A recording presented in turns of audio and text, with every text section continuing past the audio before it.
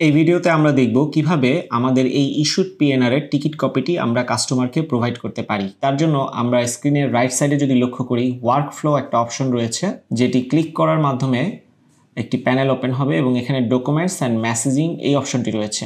আমরা এই অপশনটিতে ক্লিক করব, দেন এই প্যানেলটি ওপেন হবে।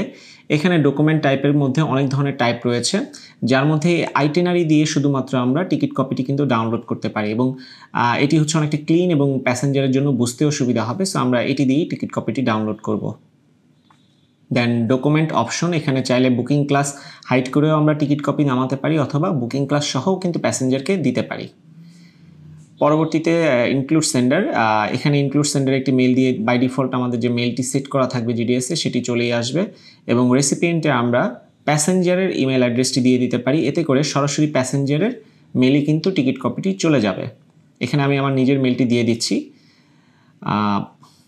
দেন হচ্ছে আমি যখন সেন্ড বাটনে ক্লিক করব তখন সরাসরি এই ইস্যুড পিএনআর এর টিকিট কপিটি ইমেল আকারে আমার মেলে কিন্তু চলে আসবে। আমি যদি এখন আমার ইমেলে চলে যাই তাহলে আমি দেখতে পারবো যে এখানে একটি টিকিট কপির জন্য মেল এসেছে এবং আমি একটু নিচের দিকে লক্ষ্য করলে দেখব একটি পিডিএফ রয়েছে, যেটি হচ্ছে মেইনলি আমাদের টিকিট কপি। এই টিকিট কপিতে আপনি দেখতে পারবেন যে 4 জন প্যাসেঞ্জারের নাম রয়েছে, আমাদের জিডিএসের যে পিএনআর রয়েছে সেটি রয়েছে এবং এয়ারলাইন্সের নিজেদের যে পিএনআর রয়েছে সেটিও রয়েছে।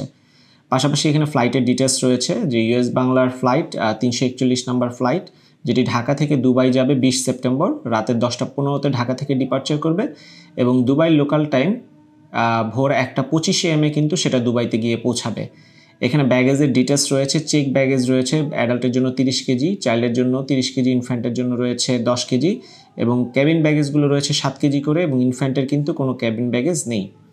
এবং এখানে আমরা প্যাসেঞ্জারের জন্য যে ফ্রিকোয়েন্ট ফ্লায়ার নাম্বারটি অ্যাড করেছিলাম সেটিও কিন্তু এই টিকিট কপিতে শো করছে এবং এই টিকিট কপিটি কিন্তু দেখতে সহজ এবং প্যাসেঞ্জারের কিন্তু এটি বুঝতেও সুবিধা হবে। সো এই টিকিট কপিটি কিন্তু আমরা প্যাসেঞ্জারকে প্রোভাইড করতে পারি।